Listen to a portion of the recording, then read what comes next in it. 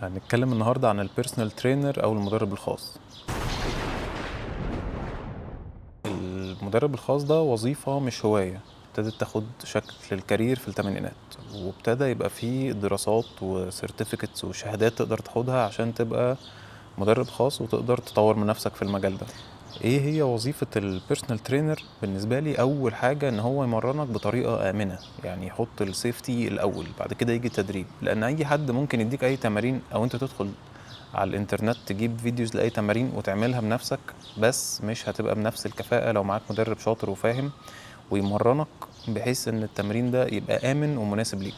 الحاجة التانية ان هو يغير لك المايند سيت او تفكيرك عن فكرة التدريب، وان حياتك تبقى هيلثي اكتر، وحياتك تبقى صحية اكتر، ونمط الحياة بتاعك يبقى كله صحي. يعني موضوع مش تدريبات وجدول وخده اعمله خلاص، لا، هو لازم تفكيرك نفسه يتغير وتفهم ازاي تعيش نمط حياة صحية بالكامل.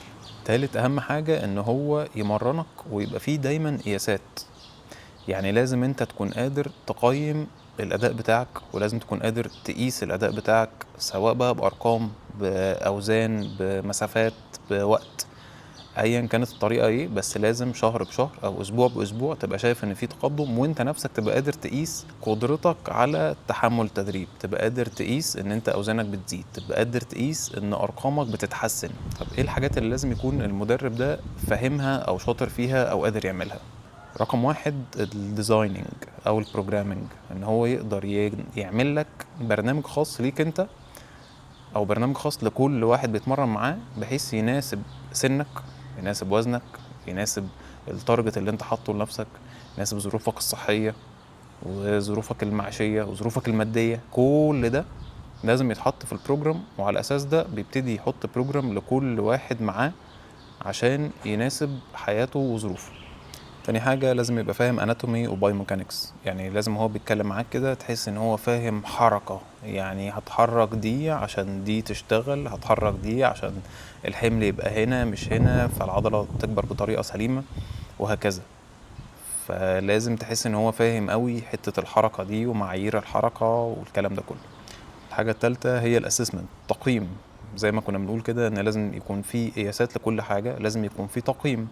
انا كل شهر لازم اعمل تقييم عشان اعرف انا الشهر اللي فات كنت بشيل 5 كيلو، بقيت بشيل 6 كيلو، 7 كيلو. انا الشهر اللي فات كنت بجري المسافة دي في 10 دقايق، بقيت بجريها في 9 دقايق، بقيت بجريها في 8 دقايق، وهكذا. فلازم يكون في تقييم عشان اعرف ان انا بتقدم، ومفيش طريقة تانية ان انا اعرف ان انا بتقدم غير حتة التقييم دي. التقييم ده ممكن يبقى صورة، اخد صورة دلوقتي واخد صورة الشهر الجاي. لو انا هدفي خسارة الوزن يبقى مقاس، يبقى انا لازم ده يبقى داخل التقييم، انا كان وزني كذا بقى وزني كذا، وهكذا.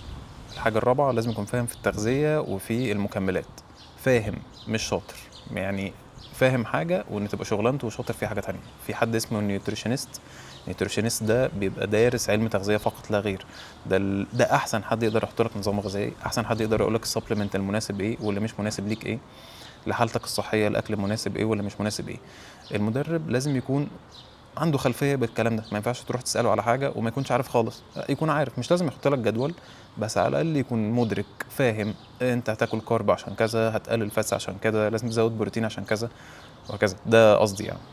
حاجه خامسه مهمه جدا، لازم يكون حاطط في حساباته كويس جدا ان لو عندك مرض مزمن يكون عارف يتعامل معاك ازاي. ما ينفعش حد يكون عنده قلب زي حد عنده الرب، وهكذا. حد عنده خشونة لازم برضو يتعامل بطريقة مختلفة، حد عنده سكر، حد عنده ضغط. كل دي حاجات لازم تتحط في الحسبان، وانا بحط البروجرام بتاعي عشان ابقى فاهم ان انا بمرنه ده قادر يعمل ايه، طب الماكسيمم بتاعه فين، طب ايه اللي ممكن يعمله ومن غير ما يتأذي. واكيد لازم يكون عارف اسعافات اولية، ما ينفعش ابقى انا في الجيم ممكن يحصل لي اصابة، ممكن حد يجرى له اي حاجه، يتخبط من حاجه، يحصل له جرح، يحصل اي حاجه وانا ما كنتش فاهم اسعافات اوليه خالص. لازم يبقى على الاقل عندي البيزكس بتاعه الاسعافات الاوليه، بحيث لو حصل اي حاجه، لا قدر الله حد عنده سكر، جات له غيبوبه سكر، اي حاجه من الحاجات دي، لازم ابقى عارف في الاول اعمل ايه، لحد طبعا ما لا قدر الله يعني لو حصل حاجه الاسعاف تيجي وهي تتصرف. واخر حاجه، وهي بالنسبه لي حاجه مهمه جدا ولا غنى عنها، لازم يبقى فاهم ازاي يشجعك وازاي يطلع منك احسن حاجه. مفيش بني ادم بيتمرن زي التاني، كل واحد ليه بوينت كده لما تبتدي تدوس عليها هيبتدي يجري معاك ويسرع في التراك ويقرب اكتر للتارجت اللي هو حاطه.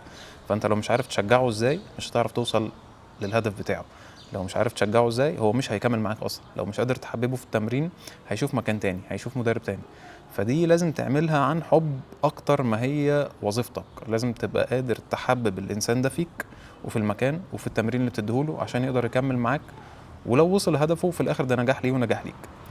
ده باختصار كده رأيي الشخصي عن وظيفة الpersonal trainer أو المدرب الخاص، وهي وظيفة مهمة ومش سهلة، ولكن المعايير اللي أنا قُلتها دي حاجات من الأساسيات وحاجات من الbasics ولازم تكون موجود في المدرب اللي أنت بتتمرّن معاه.